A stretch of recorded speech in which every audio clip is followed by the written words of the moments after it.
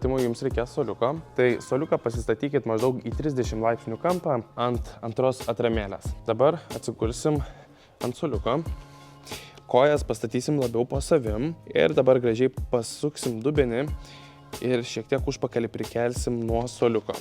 Tada rankas ištiesim į priekį ir iškvėpsim orą. Šonkauliai nusileis į apačią ir mentis išsives į priekį.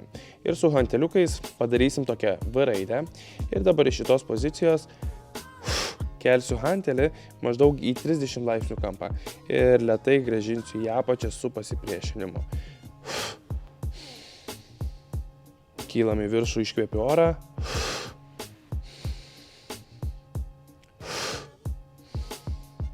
Svarbu, kad pratimo metu nebandytumėt kompensuoti, kad išgautumėt papildomą judesio iš nugaros apačios. Maždaug šitaip.